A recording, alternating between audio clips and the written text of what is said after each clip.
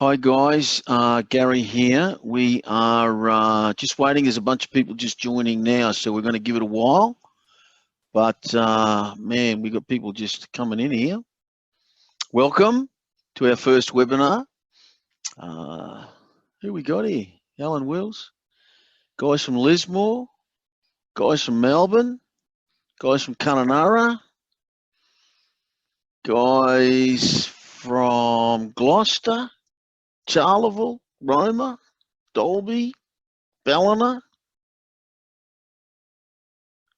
Wamuran, Canberra, St. George. Man, we're flying. Proserpine, Victoria. Gosh, we're all over the place. Welcome. Welcome. I've got a couple of people messaging me here. I'm probably wondering, they're probably having trouble getting on or something, but anyway, we'll see how we go.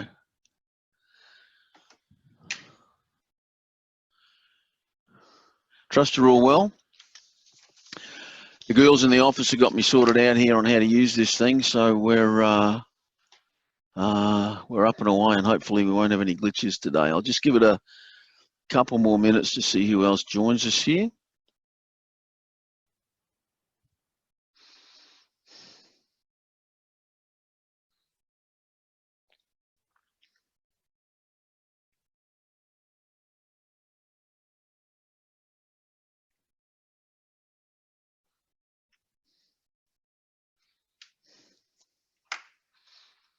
Still coming in, thick and fast.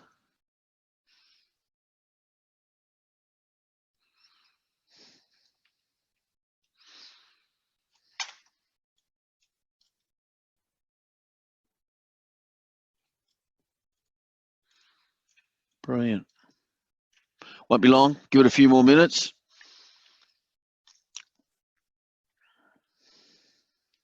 Hope everything's going well for you all.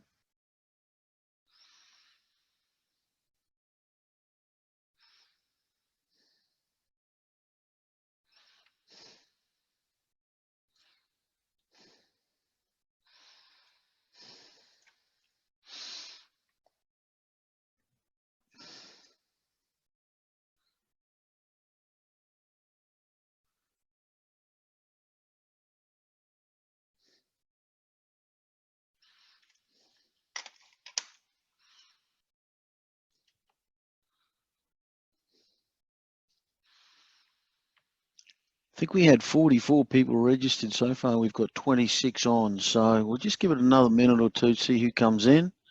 So everybody got West Australia over at Margaret River. Fantastic. I'll miss some here. I'll miss some for sure, so I won't list everybody, but welcome.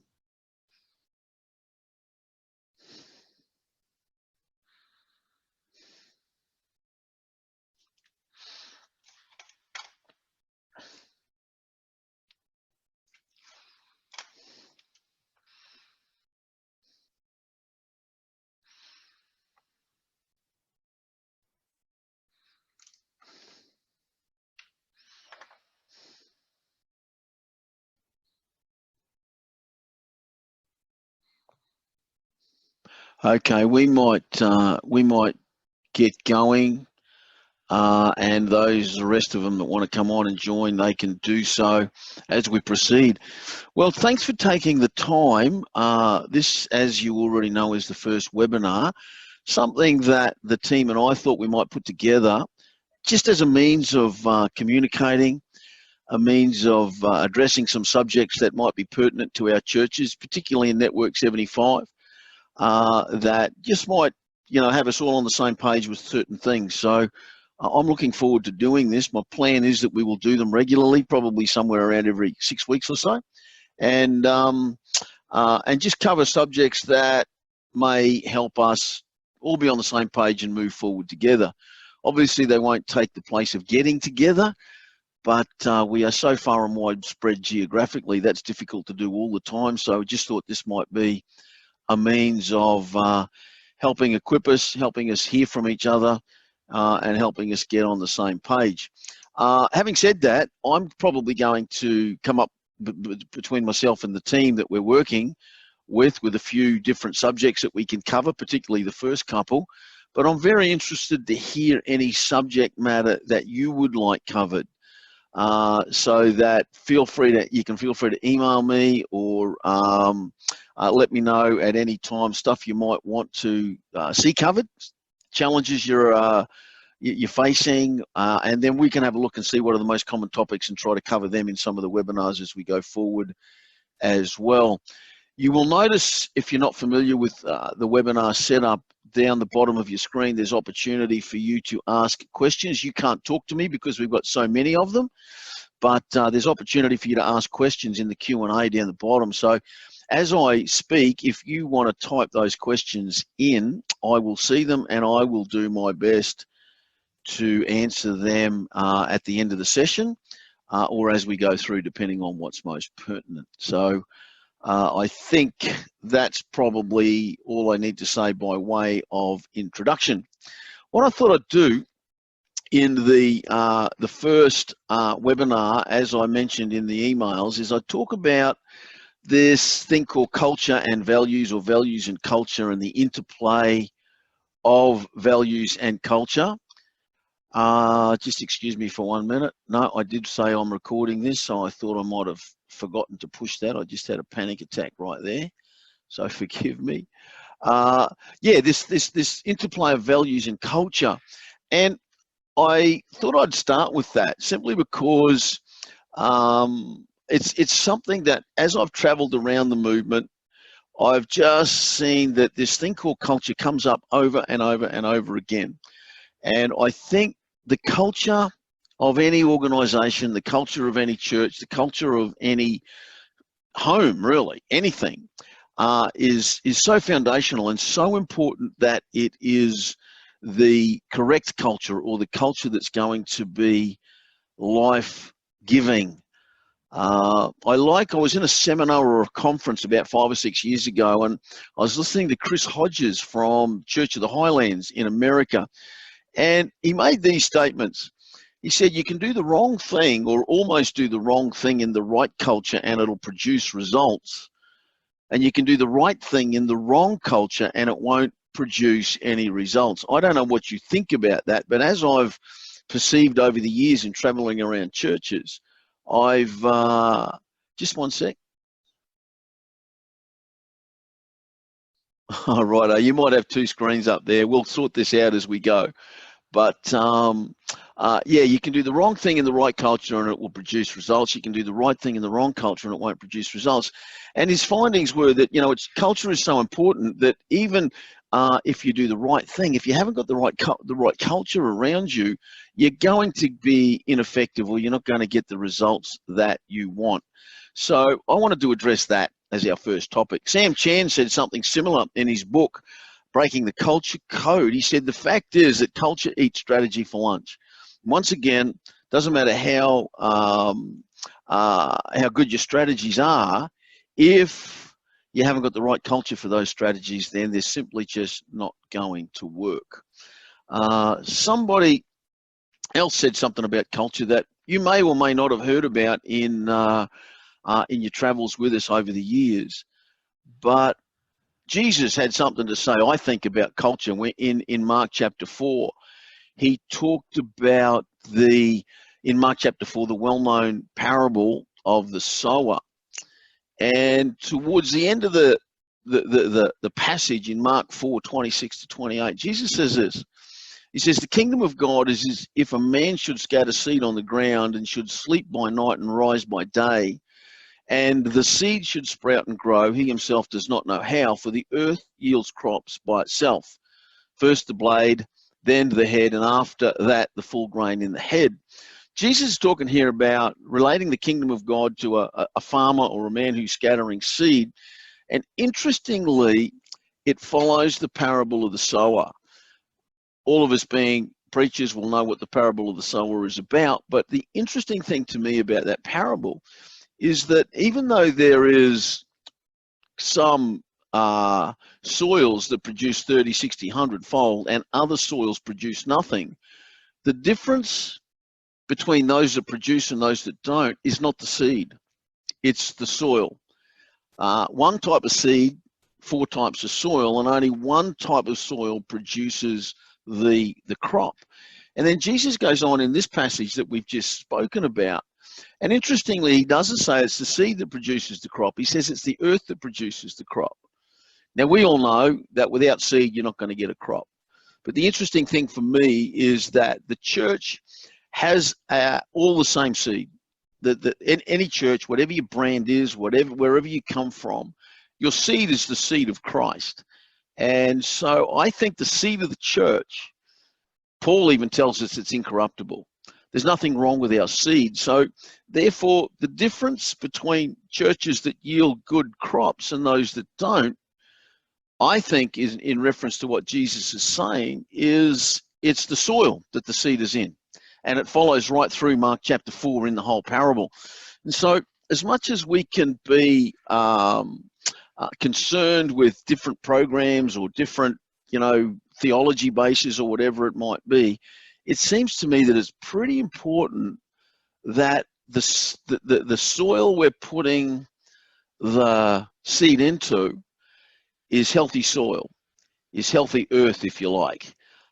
Because Jesus himself has referred to, as I've said, the fact that it's the earth that produces or dictates or decides whether the crop is 30, 60, 100-fold, or indeed no crop at all, and we have crop failure. And the last thing we want to do is put all our energy into something that's not going to produce a great crop. And so I think this whole thing, I want to talk about earth in terms of what Jesus is talking about. That's what I think the culture is, the environment. The environment, the culture, the way we do things is as important as what we do when it comes to producing the right culture in the life of the church.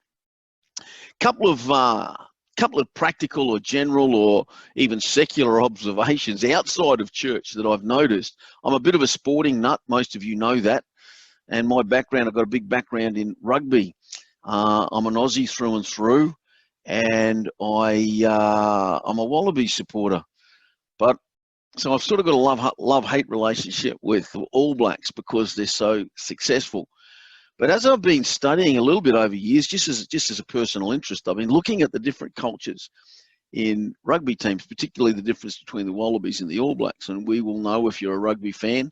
Some of you may not be at all, but if you're a rugby fan, the Wallabies haven't beaten the All Blacks for a long, long time. And interestingly, as I looked at the difference in the one team that was winning all the time and the other team that wasn't winning all the time, I found it had very little to do with talent. Every team in the world has got great talent, but what was producing successful one team and not another was again what we're talking about, more the culture of the organisation. In fact, there's been books written on the culture of the All Blacks organisation. And as I started to get into this, I started to think, well, why the difference? What's the difference, and what is the impact of the difference? I just want to put up on the screen for you a couple of statements that it's not all of them by any stretch, but a few statements that undergird the culture or the ethos of the All Blacks organisation. And I say organisation, not just team. Have a listen to this. Sweeping the sheds and doing it properly so no one else has to, because no one looks after the All Blacks. The All Blacks look after themselves. It's said that it's not unusual at all for the leadership team of the All Blacks after a test match to see them cleaning the sheds, because they have got an ethos, a culture, a value that we leave things in a better state than what we found them. I just think for a professional football team that's making how many millions of dollars per player, who knows, but they've got this basic ethos that we make sure everything's better after we leave it. Here's another one. It says better people make better All Blacks. And so the organisation is much about developing character in their players as it is talent on the field. Another one is this: if it's not good for the team, don't do it and don't say it, or don't say it and don't do it.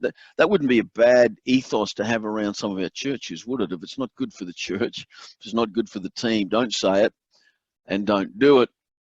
Another one: the challenge is to always improve, to always get better, even when you are the best. especially when you are the best. And so in their undergirding value system, their ethos, their behaviors, they've got this belief that we've always got to get better. We've always got to continue to improve, which leads to another one. It says this: when you're on top of your game, change your game. Again, it's a bit of a value system that says we need to keep changing, we need to keep getting better, we need to keep improving. And I know we're just talking about a rugby team here, but I just think it's an example of attitude, it's an example of behavior, it's an example of culture out of which the talent can grow.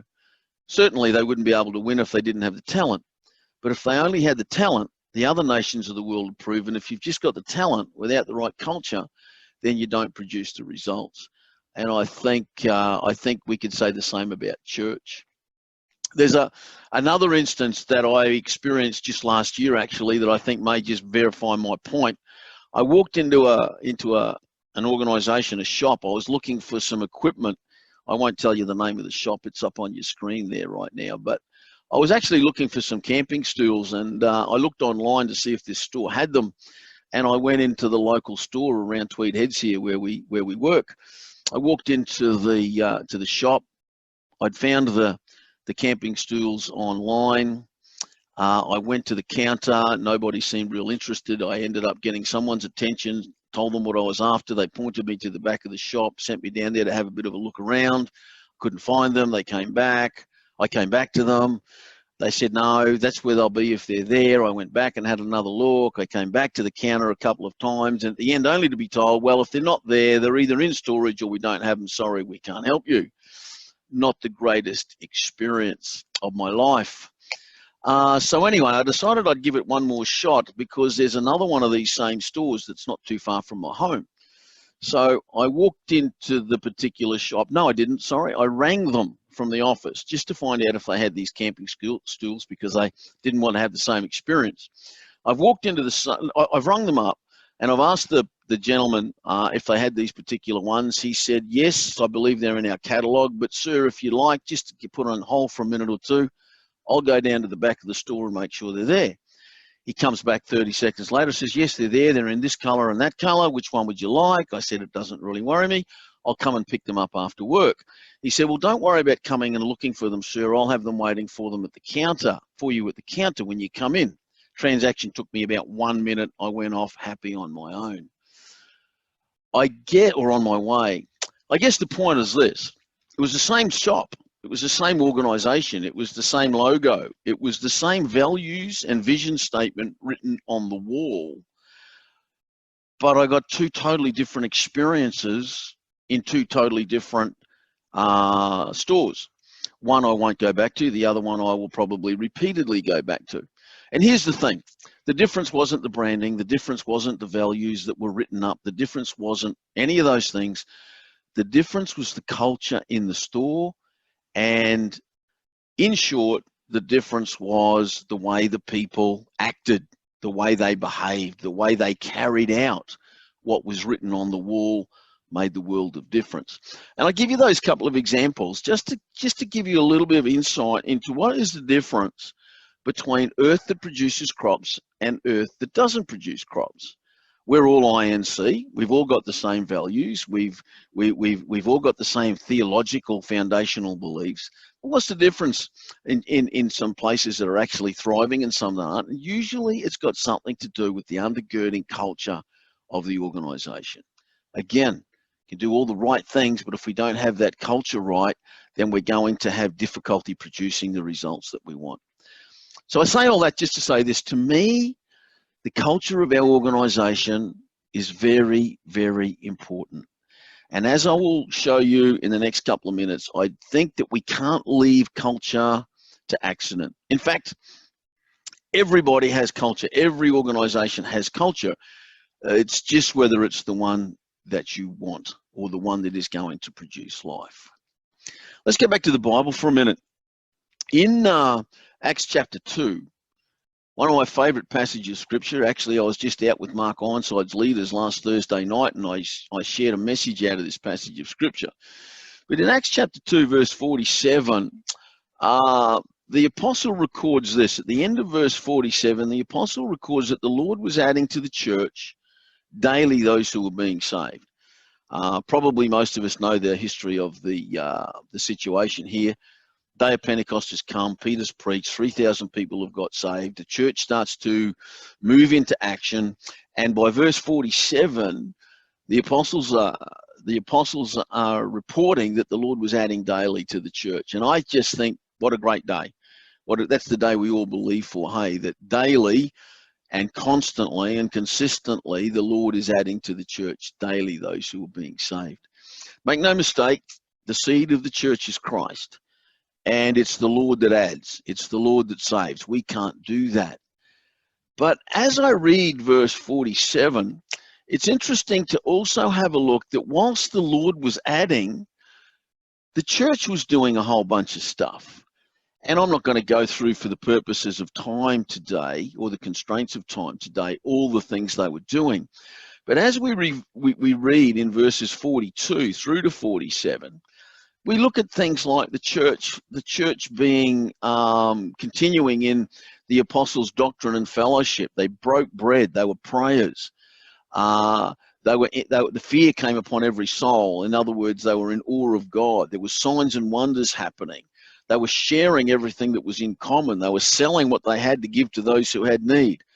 They were in one accord or in tremendous unity with what they were doing. They were meeting in communities. They were eating food together. They were thankful people, simple people, as in keeping the main things at the forefront of their minds and not getting caught up in agendas and that. And then they had a great testimony with the people around them. And again, for the sake of time, I'm not going to pull that apart, but it's very, very interesting to see that in verse 47, the Lord was adding, but it seems to me there was a pretty good culture for him to add to. All of these things that the church were doing were contributing to this, what I would call culture, this earth, as Jesus would say it, this soil, whether it's soil that's amongst stones or thorns, or whether it's actually fertile soil. It would seem to me that the behavior of the people in the church was creating an earth or an environment or an atmosphere or a culture that was conducive for the Lord to add. We all know the Lord can do whatever he wants, but he's chosen to partner with us in building his kingdom. And I think part of the thing that he's done, or responsibility he's got us to do, is to make sure that we are building a healthy culture for the earth to grow. In fact, or for the seed to grow. In fact, I don't know if you've ever done this, but it's a very good passage of scripture to go and study at length, just to find out what was contributing to that culture. And I think you'll find it's a pretty insightful exercise to do that. I won't do it again for the sake of time. Statement here that I've made that I think, again, in my observation, is important to understand, is you don't build unhealthy culture intentionally. It just happens by default. I heard Pastor Jeff Woodward say in one of our conferences once, he says, we have the church we permit. In other words, if we just let things go their own way, you don't get healthy culture, you get unhealthy culture. What I believe we need to do is to get life-giving culture is to do it intentionally. In other words, we have to intentionally articulate and stay accountable to the culture we believe will produce life. I'm not here to tell you what your culture should be. That's yours and your leader's decision to make that. I think there's definitely some great filters through which we should look if we're going to produce a healthy church culture, one of them being Acts chapter 2. The other one that many of you all know that I've been involved with for a long time is the work of church health or natural church development, where they've got 8 characteristics of church health. I don't think we should look at that as a program, but I think we should look at it to say, well, if these things are happening, we'll probably be building a healthy culture, and therefore can believe that we will get better and better crops as time goes on. But the point I'm trying to make there is that life-giving culture happens on purpose, not by accident. There's a law of entropy that says any living thing left unattended is going to move towards decline, not incline. And so it's the same with culture. You'll accept what you've got and it'll decline, or you'll be intentional about what you want, and you may well just get the culture that will produce the life that you're looking for it to produce. So what happens with, how do you get this culture? Where does it start? Where does these things that we talk about called values come into play when it comes to developing a culture? It starts with values. It's got to start with values, but the mistake we often make is that we think that values alone are going to make the difference. If you look at my experience in the 2 stores, the values of the organization were exactly the same. So it wasn't the written values that made the difference. It was the outworking of the values that made the difference. And I think that if we're going to actually create or state or articulate values, it's very, very important that we stay accountable to living them out. So let's have a look at a little bit of what values are. Just a couple of definitions here, and I want to point a couple of points out in particular.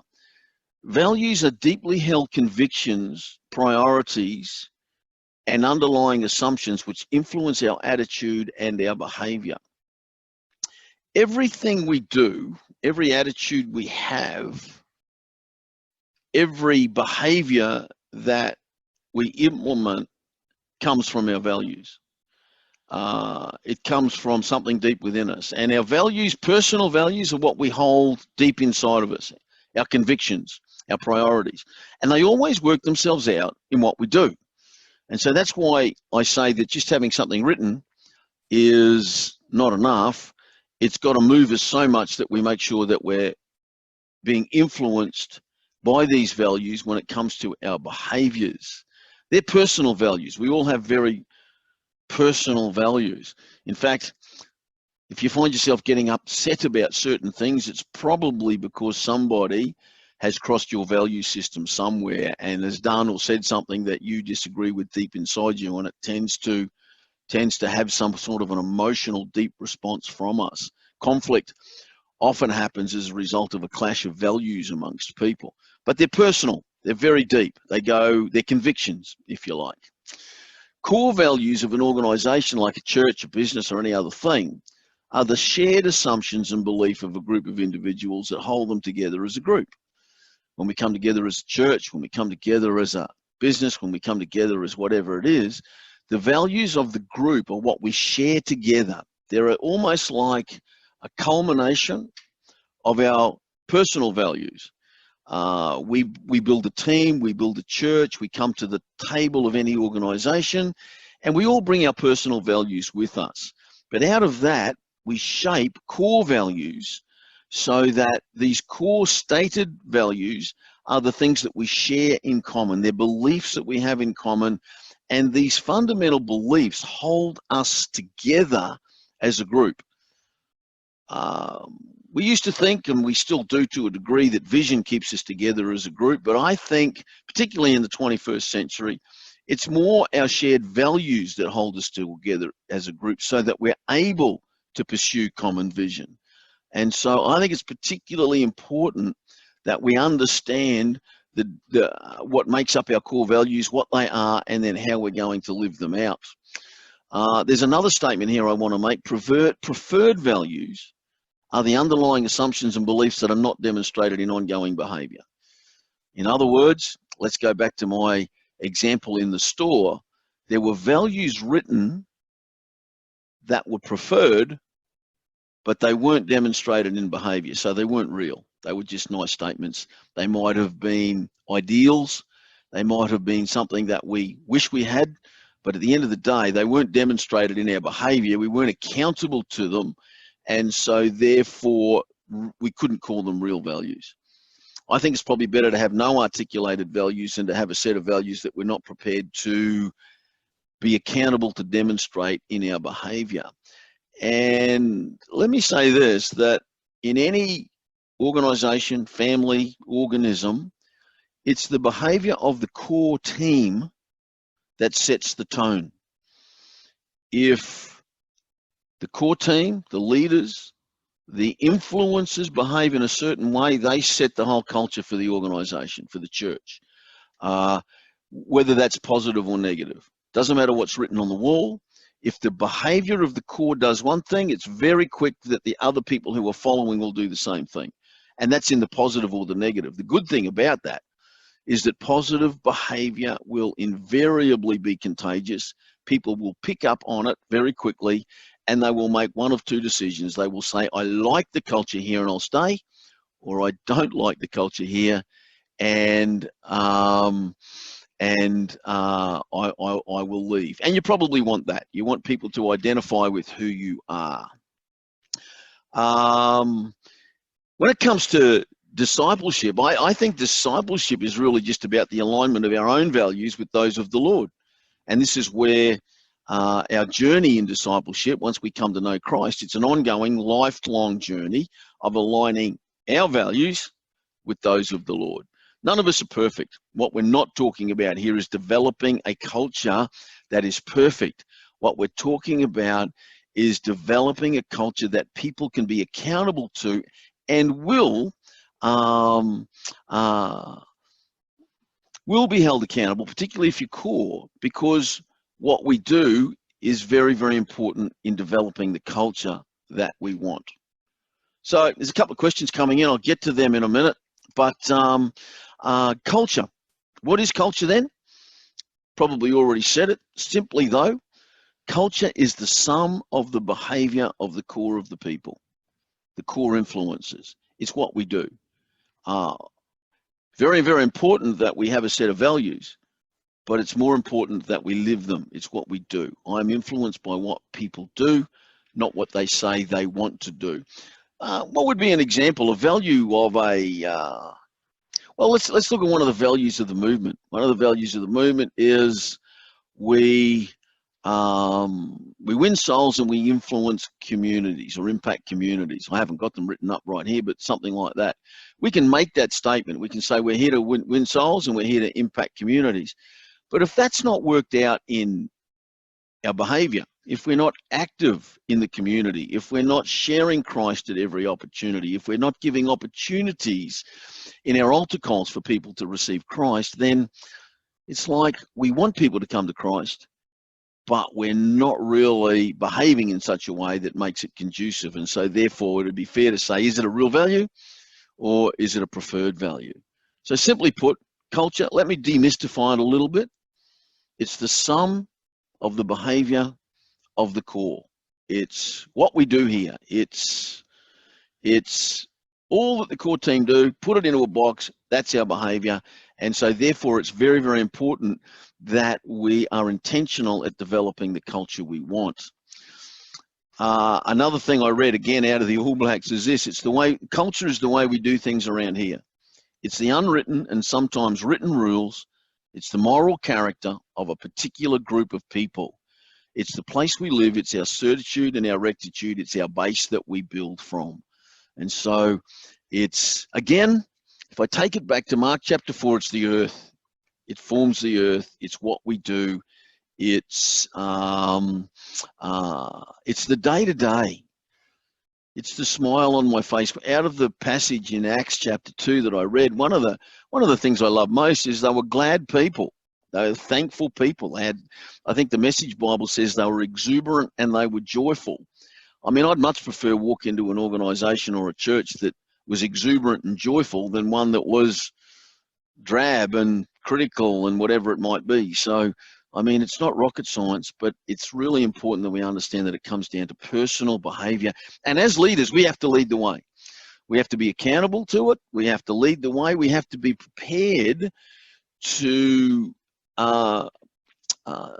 reprimand, if you like. It's not really the word I'm looking for, but we have to be prepared to deal with character or with behavior that's not consistent with the culture that we're trying to produce. Hope that all makes sense.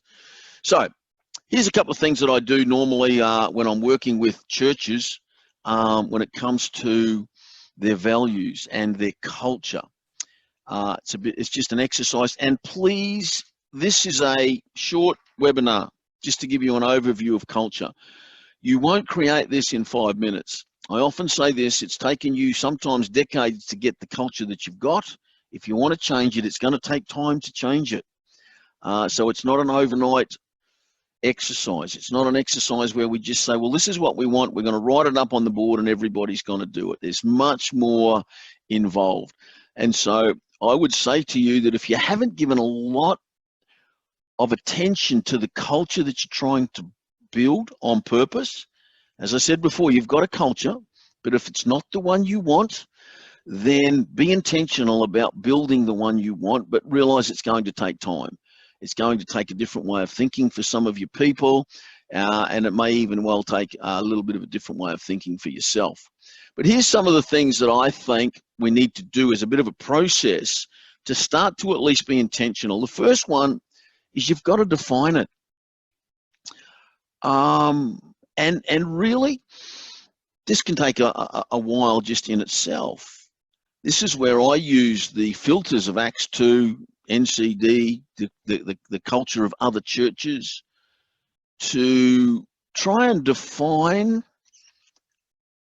the environment, the earth, the culture that I think, as the leader, we're looking to produce, and ultimately the culture that will be a life-giving culture, a culture that the Lord can find it pretty easy to add to the church daily, those who are being saved. What gives life, and also to what is contrary to culture that brings life. So there's a few ways you can do that. But again, these filters that are biblical, your observation of what's working in healthy churches, the work of natural church development, all of these things. But at the end of the day, you've got to try and define this, because as I said before, if you're not on purpose, you'll just get culture that you possibly won't want, or is possibly less than life-giving. It's defining it. The second thing is this: it's got to start with values. I've said that values aren't the be and end and all of everything, but it's got to start with values. And that is what I call the discovery of them and the articulation of them. My personal view is this: you can't impose your values on other people. They must embrace them voluntarily. They can embrace them voluntarily because they've noticed how they work, because they're attracted to them, or whatever. But it's very difficult to impose. I can't impose my values on you. They've got to become your values. And so when I say the discovery of values, it's not telling our people these are our values. It's getting with your core team and saying, what are our values? What's important to us? I've got some whiteboard exercises that you can do that I'm very happy to give to you. You just got to email me, that you can get the group together over a number of meetings and just discuss what's important to us.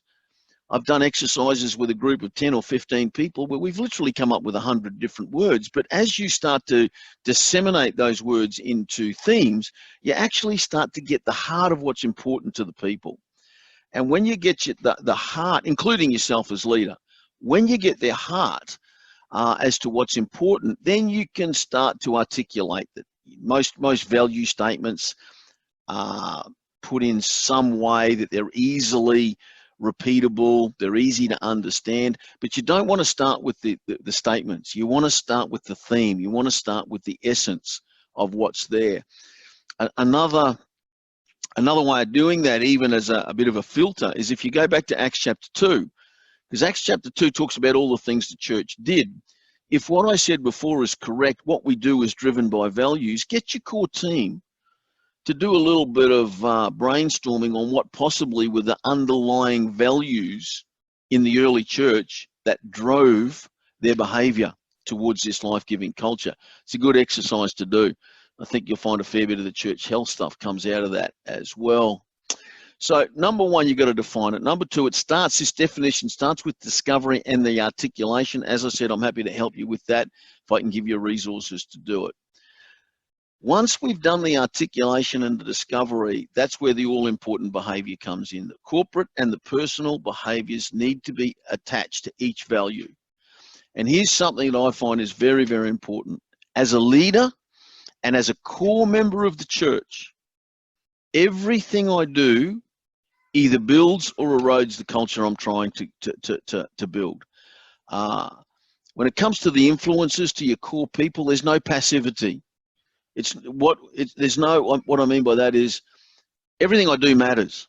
Everything I do, I either am building or I'm eroding the culture. If I come in on Sunday morning and I've got a bad attitude, I don't want to smile to people, I'm not embracing faith in my heart, then that just may be a personal battle I'm going through. But when it comes to corporate culture, I've got to ask myself, does that build or does that erode what we're trying to build?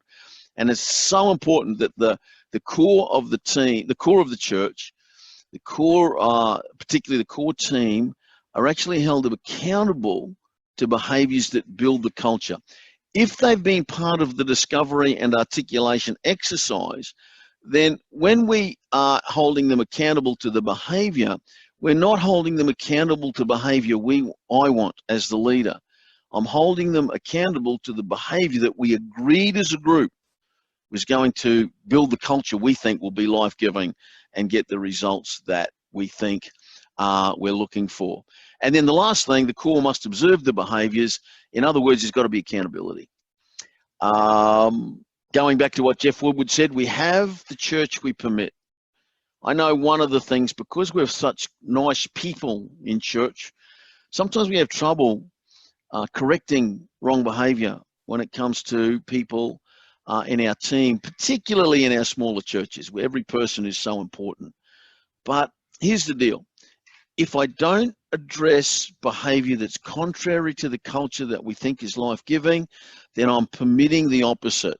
And very quickly, other people pick up on, well, that behaviour is permitted. It doesn't matter whether I do the right thing or the wrong thing. I may as well just go on my own way. And so we've got to be, as leaders, prepared to correct behaviour, not in a harsh way, in a correcting way, because it doesn't only impact on the person, it impacts on the culture of the church as a whole. It impacts on the earth.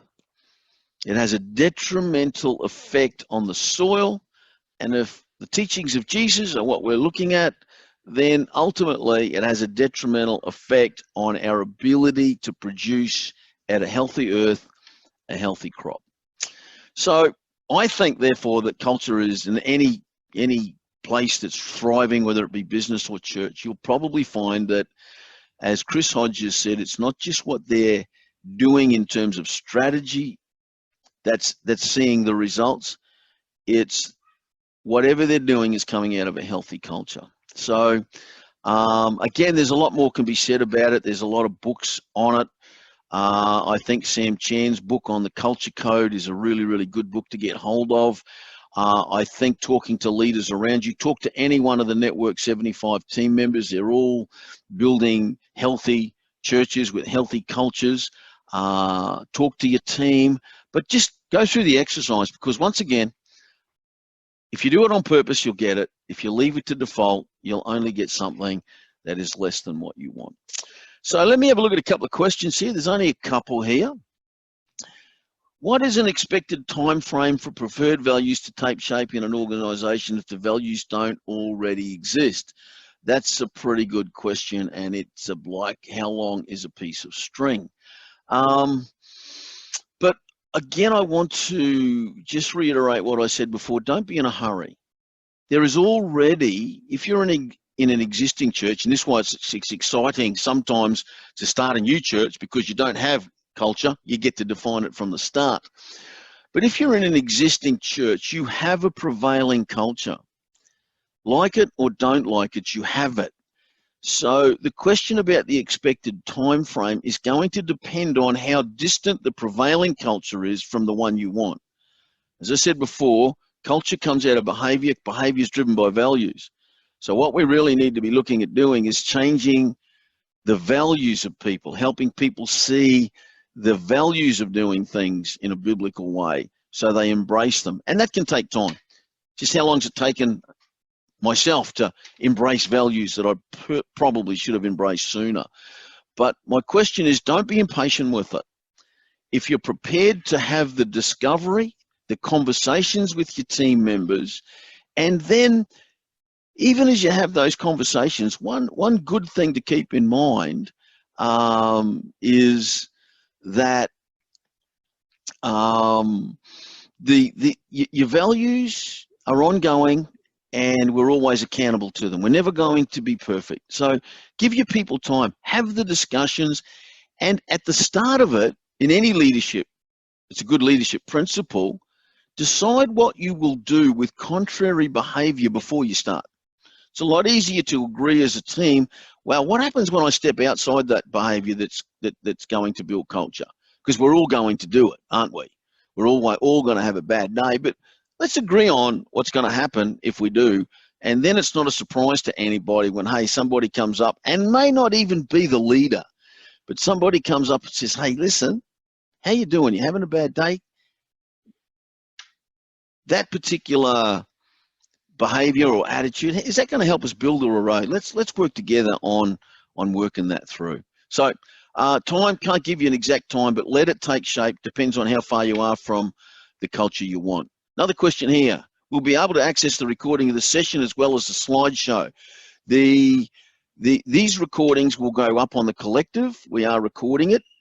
Might be a bit of a glitch with these slides. Are they showing? I'm just looking at Beck. She's helping me here, but they're seeing what I see, so I'll try and fix that up. You'll notice that I've got next slides on there. But number one, it will go up into the collective, and that won't just be Network 75. As far as I know, we're the only network doing these, so we'll resource the rest of the movement because we're superior. Will I say that? Can't say that. So yes, they'll be in the collective, but also I'm very happy to give you the presentation. If you want to email me, I can email you the presentation as it stands there. The other question there was, how could you call rugby just a game? That's for the more spiritual ones amongst us. I too know it's much more than a game. It's the game played in heaven, but that might have been a question that was asked in jest. Can we download these slides? I think that's from Russell. And yes, we can make those available to you either by email, but we'll probably do a little bit of editing on this video because it's being videoed, and we'll put it up in the collective for later reference as well. I really do. One of my favorite things to do these days when I'm working with churches, when I'm traveling, and even I've had the opportunity to do this in organizations that outside the church world, I really like helping churches discover what their values are and then attach behaviors to it, so that we're actually intentionally building what we think is a life-giving culture. It's a great exercise to do. There's a lot of life in it, and I just think it produces great fruit. I definitely agree with Chris Hodges. I definitely agree with Sam Chand.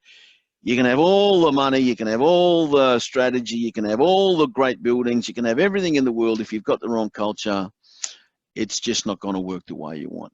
The good thing about this as well, just as a closing thought, the good thing about this, if you've got great culture, everything else doesn't have to be. You don't have to have the bells, the whistles, the lights, the expensive stuff. If you've got the right culture, you'll attract great people. And so it's a bit of a two-way street. You can have it all.